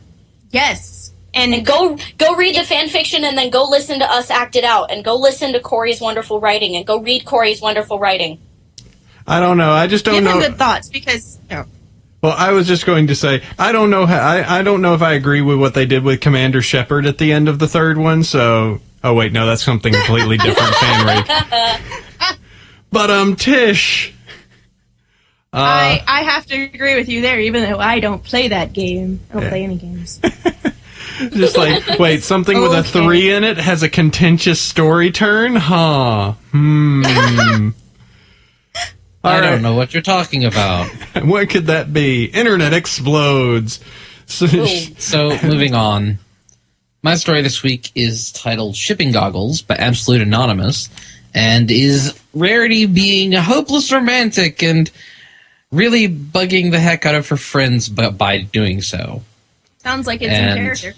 It's very in character and it's very funny. I had a big grin on my face all the way through the story reading it, and links in the show notes. So, Yay. Yay. I have nothing unless I can find something very quickly. I don't have anything. Nope. All right. I'm Bad Pony. News time. Yes. So, again, we're going to be doing it in this order. Huzzah. So, John Delancey possibly returning to Pony. Oh? Ooh. So, links off Equestria Daily, John Delancey has said that he has, quote-unquote, I've done another My Little Pony, which is coming out, unquote. So exciting. Whether or not that means Discord or what. So I love Discord. Me too. I'm a huge Discord fan. I adore Discord. I hope he's coming back. Discord to have I wanted him to have some sort of redemption at the end. Discord just needs a song. So much. I'm sorry. He just needs a song. I want to hear Discord sing. That's all I want. I'm one of those hopeless romantics that reads all those, or that looks at all those pictures of like Discord and Celestia when they're young. Yes. So cute. It's his voice. It's sexy. All that headcanon, but I do agree that with the way that the entire Discord thing ends, it is very much just like a friendship canon. I'm a stone now. Like, I almost think, like, at the end, of just, like, he's just hiding in the background, just going, whatever. They thought they could get me with that again. Right. Like, I didn't see this coming. Yeah, so. But even if he doesn't play Discord, I'm happy if he's back. Yes. One of my friends came up with a really cool idea that he should come back and run a joke shop or, like, a prank shop in Bronyville. I've made the joke that I wouldn't mind seeing Discord run a pizzeria in Ponyville. The toppings are curious, but the pizza's good. He just has love that idea. Very random toppings, but they always seem to turn out all right. Have to have a chocolate and cotton candy pizza. Pinkie's. I've had a Nutella pizza. Ooh. Actually, one of the pizzas I've ever had pistachios on it. Really? I just had the great idea for pizza. Do you get some? Okay, so I don't usually like bananas, but this just came to me. Get a pizza. Nutella, bananas, chocolate, like syrup, and then put some of those like Chinese little crunchy noodles. Ooh. Add some little extra crunch to it. Ooh, that seems like that worked pretty good. That does sound good. Yeah. You guys want to go out for pizza now? Pizza. Yeah, all right, let's forget this show and do some pizza. Yay, pizza! Or maybe Chef wants to finish the news before we pizza. All right, so moving on. This next bit is the Round Staple interviews Amy Keating Rogers. This is the Round Stable, which is a new pony news website. And right off the bat, they have nailed an interview with Amy King Rogers, writer of many episodes, including the extremely contentious Last Roundup. So jelly. Mm. And she's the creator of Soren. Yes. She named Soren. And there is a very extensive interview available from the site. And, well, here you go. I mean, it's a new site, and it's tangentially associated with the remember Dan? We had him on a while back. He did the art guides for drawing, for coloring your ponies and design stuff. So he and his crew have decided to start their own little thing. So give that a look. Ooh, so many words. Let's see. Lots of words. And next bit is off of Derpy Hooves. The Christian Science Monitor did an article here on the 20th titled, "Is TV Paying Too Much Attention to Fans?" And it goes into talking about the Derpygeddon. Derpocalypse. I like Derpygate. It just seems to come out better. The Watergate Hotel thing. I know it's so overused, but it sounds better than Derpygeddon. Though a Derpygeddon does kind of come off as pretty funny. Derpygeddon, I just imagine like a giant derpy just walking around, just randomly destroying things because she's clumsy. I'm sorry. Just rolls over Ponyville. I don't know what went wrong. I'm so sorry. I can't help it. I'm sorry. All right. So what does this article tell us, Mr. Sandys? The article discusses in some depth the Derpy and all of its fallout, but also it discusses some of the stuff with Joss Whedon's stuff. He did Buffy, Angel, Firefly, and their interaction with the creators. Basically, the articles about TV shows and the staff of them interacting with their community in ways. And is TV paying too much attention to fans? Question is yes, no. And it is an interesting read. Yes, I know some. Like a conclusion in the article? I haven't read it. I didn't even hear about it. Or was it sort of open-ended? Was it like, what do you think? Let's see. Fans who want more say in the direction the show takes, paying for it themselves might have one big advantage. However, said if fans are putting in the money, they're no different than Warner Brothers. I'd take a notes call where the studio funding a show gets to put its input for a fan-funded show. That's the way it works. Basically, the article essentially boils down to, at least this is how I look at it, that, well, put up the money and sure, we'll play with you. But we do put up the money. We buy their merchandise, if any, which they have. Well, there's an official statement here in the article from Hub, which says some viewers felt the aspects of the episode of the last roundup were not true to the core message of friendship, which is at the heart and soul of the series. Hasbro Studios decided to make a slight audio alterations to the single episode. So that is what Hasbro says on it, and of course we can take it or drop it depending on what they feel, for that particular bit. I will say I'm kind of I guess, but maybe not. I'm not entirely But that's what the people with hats decided to say. I just feel like personally with this one situation that if people hadn't been so freaked out about it in the very beginning, we wouldn't have this problem. And it's their show, it's not our show. So I don't know. I disagree with what they did, but I don't believe in writing hate mail. Yeah, as I've kind of said about this whole Derpygeddon thing, everyone came out bad. No one came out good. Except for those of us who just sort of stood back and went, you people are all crazy. Just head shakes. The interesting point is the actual writer of this, let me click back 2 pages, James Turner, I actually found out he is a Brony, and we can probably get him on the show, Chef, so he can talk about this. Schiffersonius. Okay. Yeah, so if we wanted to have a writer for the Christian Science Monitor, just so you know. And he said he would be okay. But yeah, that's an interesting little bit, and yeah, it talks about Joss Whedon and, you know, the flack that they got for killing off characters in Buffy, and, you know, having, let's just say that this week, as well as most of the year, has shown that making major alterations and changing characters, Mass Effect, Teenage Mutant Ninja Turtles, usually causes a little bit of fan rage, so just a teeny tiny bit. So we are no different than anything else out there. Sander Pants, what do we got? Moving on, we have another convention. There's a lot of these things popping up. This one is called Canterlot Gardens. It's in Strongsville, Ohio, which is near Cleveland. The event will be held September 28th, 30th at the Holiday Inn, Strongsville in Cleveland, Ohio, with a 2,000 pony capacity and a 3-day convention.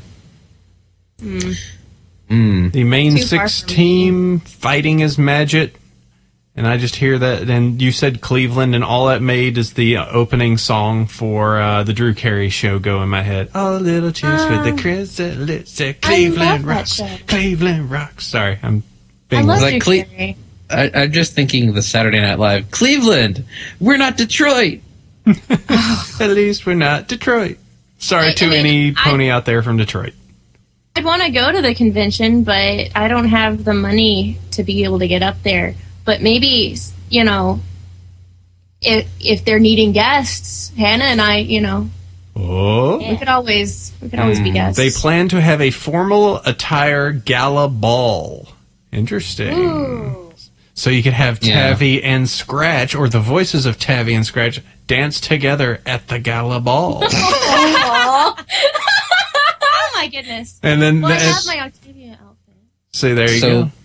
That is also a month after. That is a month after Everfree. Which I'm not going to, because that is on the other side of the country from me. Yep. Oh my god. There are many, many little conventions popping up. We shall see what happens with them. There is much pony to be done this summer and in the coming months, so pony on.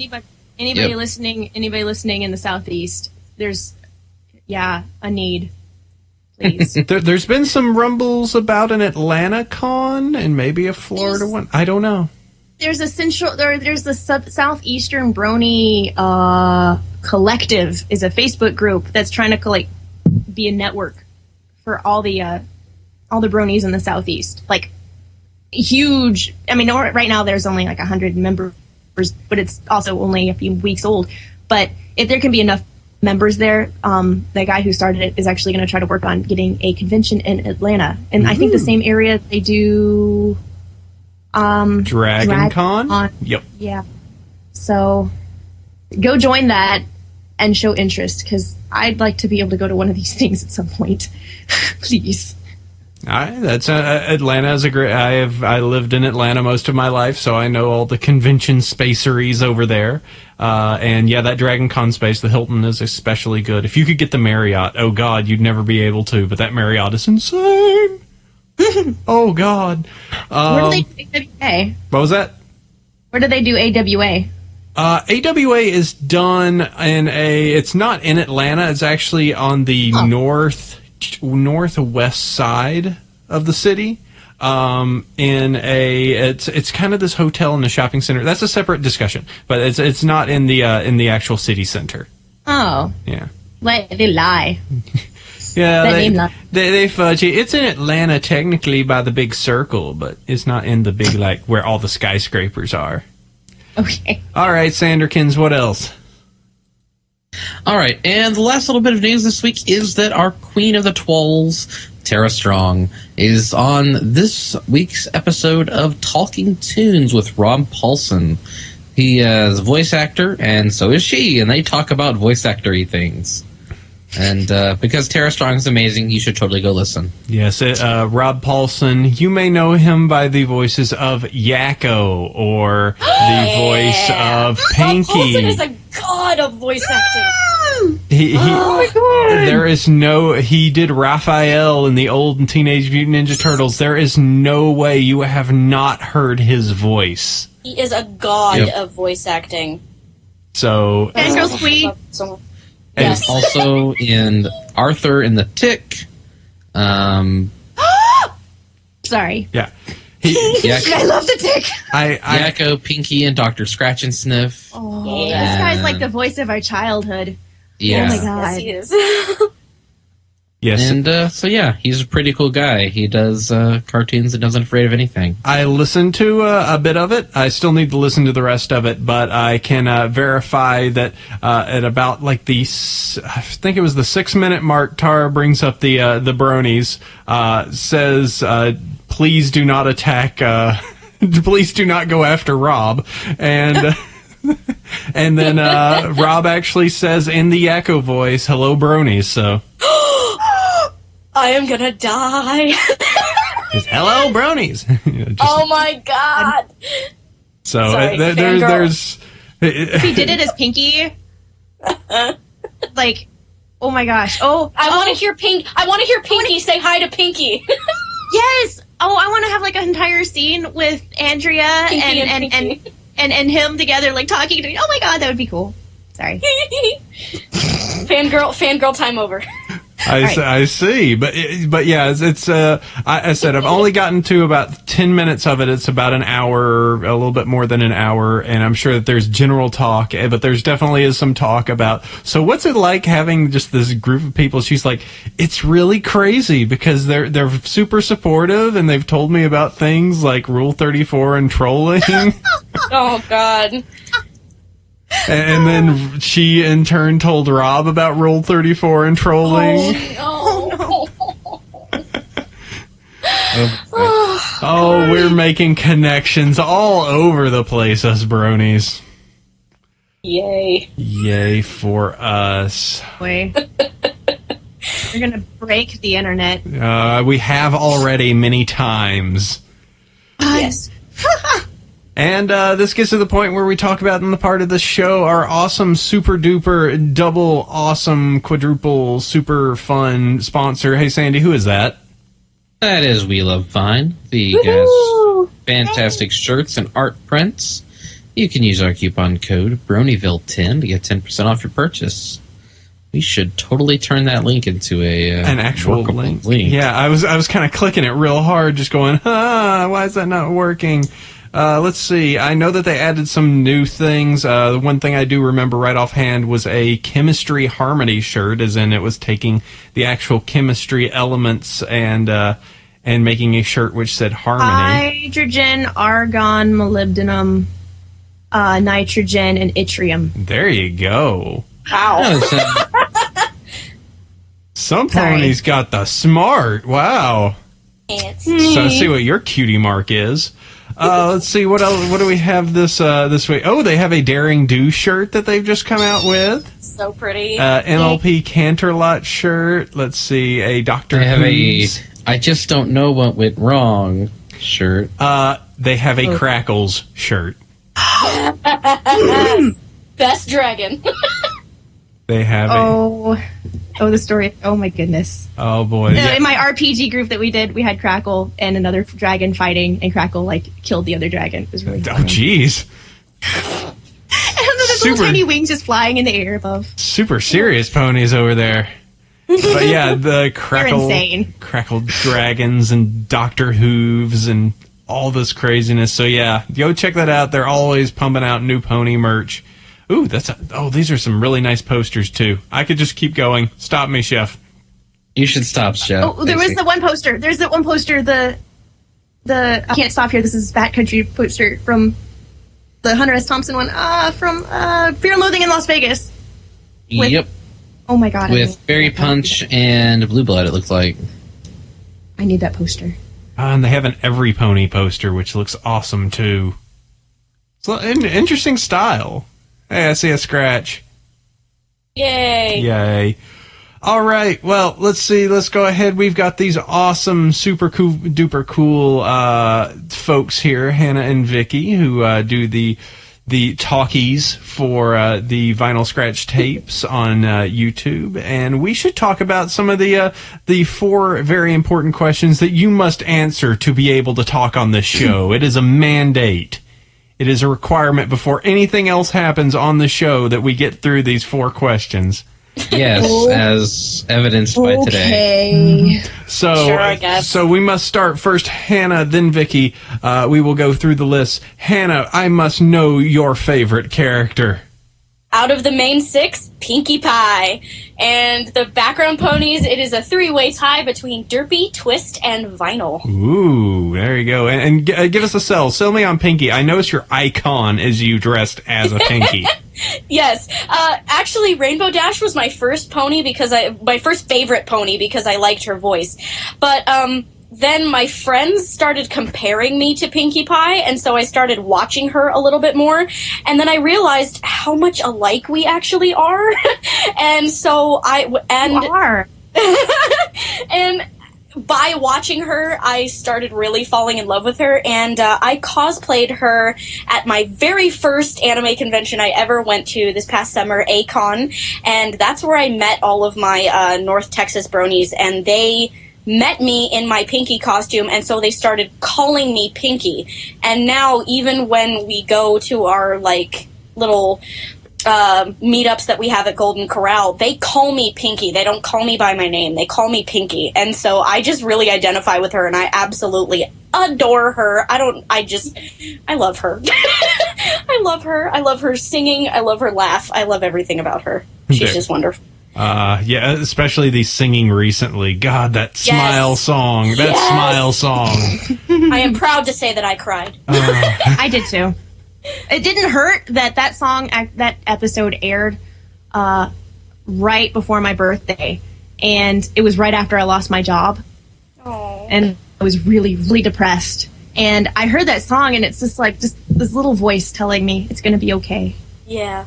It's okay, little thing from me. I am such a little kid at heart. I'm 21, but I'm such a little kid. I have the Pinkie plushie from Toys R Us, and I absolutely love her. And now they're not in the morning anymore, but every day there's a new episode every Saturday. I'll go downstairs and I'll sit in my armchair, but I always watch the episode with my Pinkie plushie. I always have her in my arms when I watch my new episodes. So when that episode, when you get it on the TV. Yeah, I know. I'm sorry. when she started singing "Smile," I immediately started crying, and I was hugging my Pinkie plushie really tight. I love Pinkie, and I identify with her so closely. Yeah.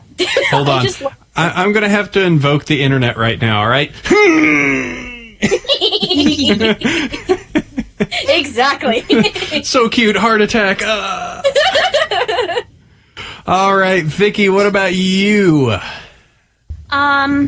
I have like this weird horse race, to quote a pun, between Fluttershy and Rarity. Sometimes Fluttershy's in the lead, sometimes Rarity's in the lead. It's sort of like, I can't decide.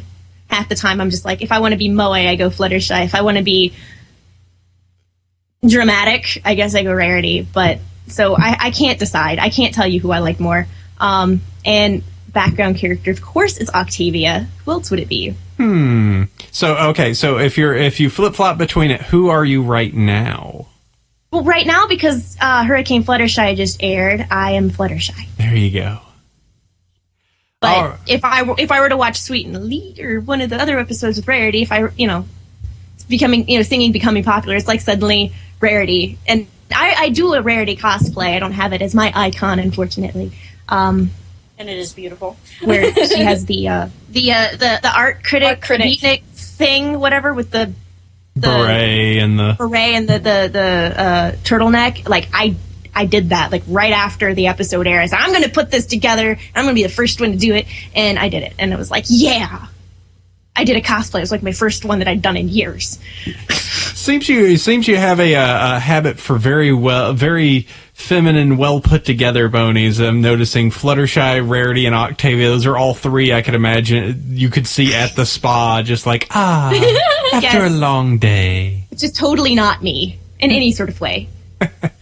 All right, I'm not like that at all. I'm very dirty, like messy person, unfeminine in the extreme. I made this interesting comparison. It's not ponies, but it's Lauren Faust related. The Super Best Friends Forever. Watching the short, and I'm like, wait a second. Okay, that Supergirl is totally me, and Batgirl is totally Hanna. Yes, yay! This is awesome. We just don't have a Wonder Girl to torture. Yeah. And then Den was like, "I'll be Wonder Girl if you want." I'm like, yes. And so the friendship is complete. Yes. All right. So that's more like me than. Okay. Well, let's do this. Moving forward, Hanna, favorite episode. I'm going to cheat. My favorite episode from season 1 is Bridal Gossip, because that was really the episode that clinched loving the show for me. I had watched like the first 3 or 4 episodes already and, you know, kind of liked the show, whatever. And then I watched Bridal Gossip and it was over. I was so hooked. Season 2, I absolutely friggin' love the Discord arc. I can't get over how wonderful it was. But I've got to say my very favorite from season 2 so far has been Cranky Doodle Donkey. Before that, it was the Cutie Pox, but I absolutely loved Cranky Doodle Donkey for all of the songs and all the wonderful pinkiness. There is a ton of there. What was there? 3-4 songs in that episode? 4 songs. Oh. I have the welcome song as my alarm in the morning. It's a really, really good alarm for getting up in the morning. You know, I might have to find that. That does sound like a good idea. All right, great. Vicki, what about you? Everyone's choosing multiples this week. I can't really decide a favorite episode. They're all wonderful. Like my very, very favorite one from the very first season that I can watch over and over again is Green Isn't Your Color. Obviously, you could tell Fluttershy and Rarity. Oh, gee, where did I come up with that? And then from the second season, when I wrote down my answer yesterday, it was Sweet and Elite. But then today's episode aired, and I watched it. I was like, I really like this one too. So Hurricane Fluttershy. Oh, look, a Rarity and a Fluttershy episode. Imagine that. So I can't decide. They're too awesome. So many. All of you making so many choices. All right. Well. Here, I'll give you some multiple choice now. Hanna, why you like the show so much, huh? Okay, here we go. My mom calls me a cartoon connoisseur. Like I love animation, and I'm also really picky. If a show is or a show or movie, really, if it's a quality animation show, I will watch it over and over and over and over. And I prefer watching cartoons to watching live action stuff, which is odd because I'm an actress. But anyway, My Little Pony was one show that just, like, it caught me from the get-go. I really loved all the writing and all of the, like, the colors. Oh, my goodness gracious. I love the look of the show so much. But a thing I'm really a sucker for is character work. I hate analyzing poetry. I hate analyzing, like, books and writing essays and all that. But I will analyze and work with a character until the cows come home. I absolutely adore character work. And a show that will... that gives its characters opportunity to grow and change and get some good character work in, automatically gets really big bonus points for me. And that was one of the things that really sucked me in with My Little Pony, was because the characters are so wonderful and they're so beautiful. And they may be, you know, they're kind of, I don't know, I wouldn't call them... I don't know, they look like they're one-dimensional. You know, you have Twilight, the smart kid, and you have Pinkie, the hyper kid, and you have Rainbow Dash, the athletic one. But they all have so many dimensions once you get to know them, and once you watch more of the episodes, it's just beautiful. And I have to mention the music. I've been singing since I was really little, and I absolutely adore music, and yeah. So it's the writing and the colors, the music, and the character work for me. I love it. Super cool. Vicki, what about you? Again, with the writing that encompasses character work, everything. I just love how well written the show is. That it doesn't talk down to its intended audience. The humor itself is it's one of the, you know, like when you'd watch cartoons as a kid, you could tell that there were jokes in there that weren't really meant for you, like in Animaniacs or whatever. There'd be like multiple layers, so you could appreciate it on a child's level, but you knew there was something more there, and your parents are laughing their butts off, and you wanted to know why they were laughing their butts off, but they wouldn't tell you. And this show is like that. It has that cutting edge humor that it's still family friendly because it's not too raunchy, like Animaniacs would get raunchy from time to time. Like this one, though, it sort of draws a line between a joke that parents can understand and a joke that parents can understand and won't explain to their children. So it has that nice balance there. And then just the fact that Lauren Faust, when she created the show, wanted, you know, the idea that it doesn't matter how you can be a girl. There's no one way to be a girl, and you can be a girl however you want. And I'm sorry, my dog is being silly. Okay, if you heard that, I'm sorry. No, you're good. Like there's more than one way to act girly. Like Rainbow Dash would not be considered the most like girly whatsoever, but she's still, you know, she fits feminine. You know, she's still feminine because she's a female. So I like how it breaks that stereotype, and the fact that guys have embraced this and made it okay to like something feminine. You know, like things that are girly are no longer, or at least among the bronies, is no longer something that's just looked down upon. And the token female character in a show for boys is usually just there for eye candy, and she doesn't really add much. But here it's like everybody adds something. I mean, if anything, the token characters are male. And, I'm not okay necessarily with that, but at least there's so many other shows out there that little boys, guys, adults, whatever, can enjoy, that it kind of balances it out. I just wish there were more shows like this, personally. Yeah, totally understandable on that. I mean, it's all the dynamics going for it that really make it work, and I agree. Making girly not be a dirty word is very much a good thing. All right, so Hanna, you have this passion for Pony. It causes you to make late night recordings of you pretending to be a character that appeared for 6 seconds on the show. So, what do others think of said love? I haven't gotten any outright hate, but I'm part of the theater department at my college, and we're all pretty tight-knit, and I am very aware that people talk about me behind my back, mostly about ponies. Aww. And my love of them. Who are they, so I can punch them in the face? No, I've had several people stand up for me that aren't bronies. So I know who my friends are, and I know, whatever. They can do whatever they want. I don't really care. I will punch anyone who's mean to you. Yeah. I don't want you to punch people. Oh, no, but I've had some peace offerings, kind of. That's what I like to call them.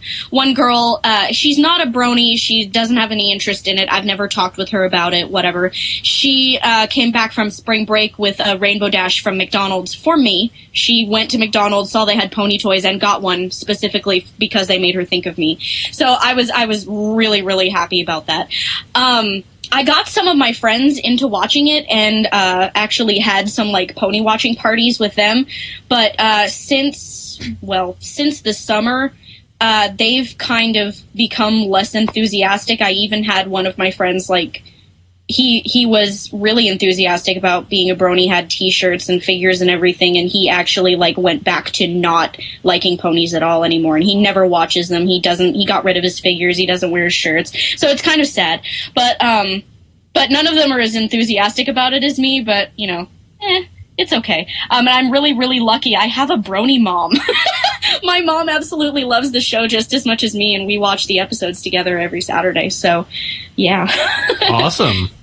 All right. So I've gotten some kind of responses. Some people talk bad about me, but most people just accept that it's part of me. Oh, well, they mad. Yeah. All right, Vicki, what about you? I think some of my I don't know anybody who's anti-brony, but think most of my non-Brony friends they just sort of say, it's another fandom. They might not like the ponies themselves, but I don't get very much, at least said to me, that's like, you're weird or anything like that. I haven't had that happen. But then I've also sort of controlled what I say, at least online, around people who aren't into ponies. I can't say for when I'm in person, because I think the last few times I've met up with some of my friends who were not into ponies, and I've known them longer than the other pony people. They just sort of, I realize that I am going on and on and on about pony stuff, and they're just sort of smiling and nodding, and I go, all right, I'll shut up now. But I haven't since I'm not in like a college setting anymore, and I don't have a large group of people that I have to be around that I'm not necessarily friends with, I don't have the issues that, say, Hanna would have, which is amazing. Like, once you get out of college and you can start doing your own thing and you can hang around the people you want to hang around with, it's really different from high school to college, because it's like that. But then from college to out of college, you're just like, hey, my life isn't terrible anymore. This is great. And so I've actually made like a huge number of friends just by being into ponies, which is great, and the thing is that we all come to the table with other likes and everything. We're not all just pony fans. So we can do other stuff and hang out, watch movies, whatever. But most part, it usually ends up being about pony, because that's what we're all obsessed about. My mother actually got around to wanting to watch the episode, and she's not a pony mom, but she got to watching a couple episodes. She got the names confused. It was actually kind of adorable. My best friend is not a Brony, but she thinks all of my, I guess, activities that I've done, that I've started to do since I've become a Brony, like the confidence in myself and becoming a leader in the community, at least in our local community, I think she's really proud of me. And she's joined the Facebook group, which is really funny. And I'm like, are you into ponies now? And she's like, no, not unless they have like an Aeon Flux pony. And I'm like, I tried looking that up. No one's made an Aeon Flux pony. Let's get to it. Do it so I can make her happy. And then she might actually watch the show. Like, she's not really into girly stuff, so I think that's what puts her off, is she thinks it's being girly, but she'd really love the show if she gave it a chance. Yeah, that's the deal with one of my friends, too. She had the same thing. It's like, I'm not really into that girly stuff. I'm like, oh, God, just watch it, please. Sounds like some pony needs to go watch Rain Boom. Yeah, yes. Girly, there you go. My best friend is basically, like, she's still, her favorite thing, almost, I think, at all, is Invader Zim.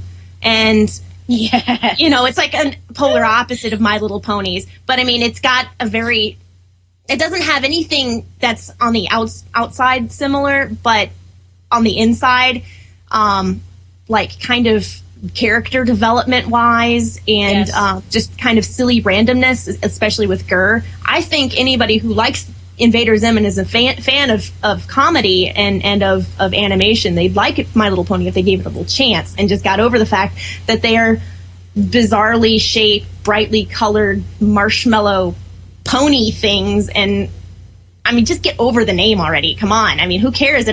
When I first saw my very first PMV of My Little Pony, I had the reaction of, man, the new My Little Ponies are fugly.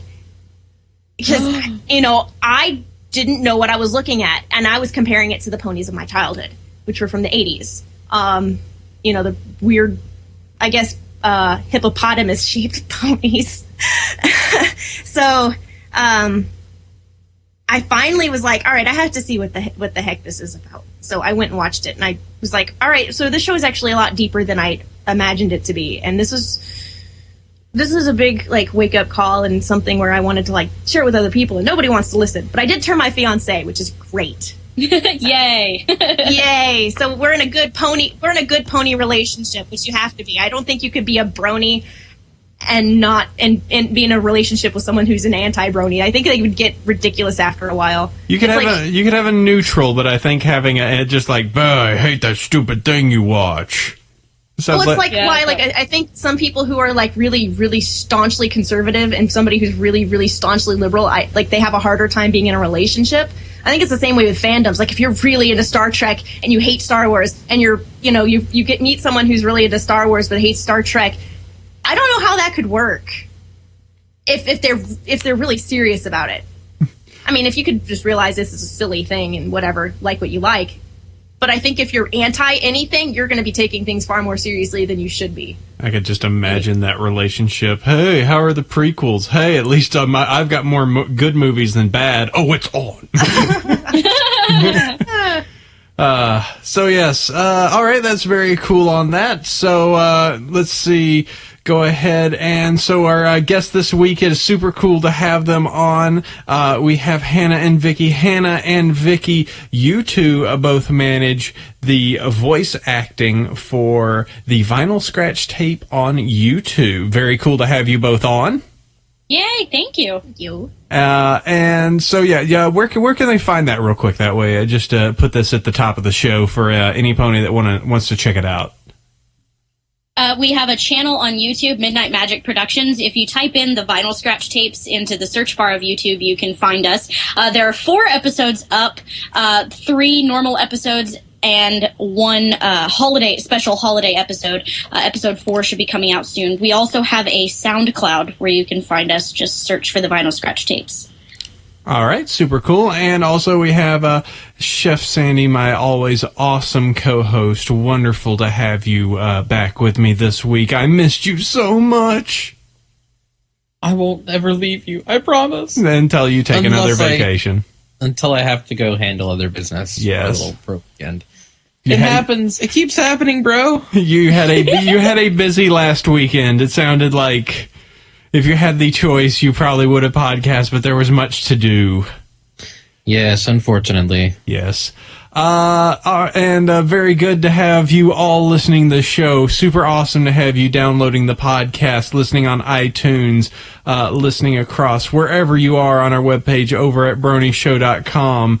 And so welcome to Bronyville. This is Bronyville, episode number 47, recorded on Saturday, March 24th, 2012. I am your host, Apple Cider.